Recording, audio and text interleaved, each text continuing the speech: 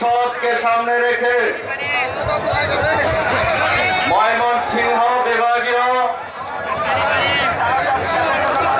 এই নির্বাচনী প্রচারণা সভার সভাপতি, ময়মনসিংহ দক্ষিণ জেলা বিএনপির আহ্বায়ক, মুক্তাগাছার দায়ের সিটের প্রার্থী জননেতা জাকির হোসেন বাবলু সাহেব আজকে আমাদের মধ্যে উপস্থিত হবেন। বাংলাদেশের 18 কোটি মানুষের প্রাণ, যাকে কেন্দ্র করে সারা বাংলাদেশের মানুষ আগামী দিনের স্বপ্নের বাংলাদেশ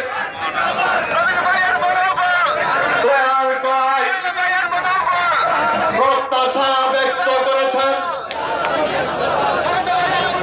বাংলাদেশ জাতীয়তাবাদী দলের চেয়ারম্যান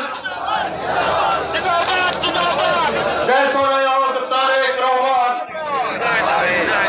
আজকে আমাদের মধ্যে উপস্থিত আছেন। বিএনপি জাতীয় নির্বাহী কমিটির সম্মানিত নেতৃবৃন্দ, এই বৃহত্তর ময়মনসিংহের প্রত্যেকটি আসনের দানের শীষে সম্মানিত প্রার্থীবৃন্দ,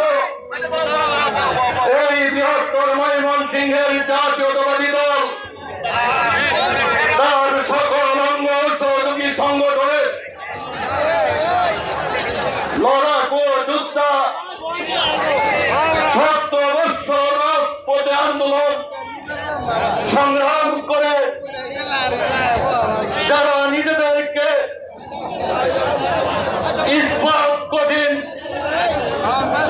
শক্তি অর্জন করে আজকে এই নির্বাচনে বৈতরণী বিজয়ী করার দায়িত্ব গ্রহণ করেছেন। জাতীয়তাবাদী দলের সকল ইউনিটের সম্মানিত নেতৃবৃন্দ,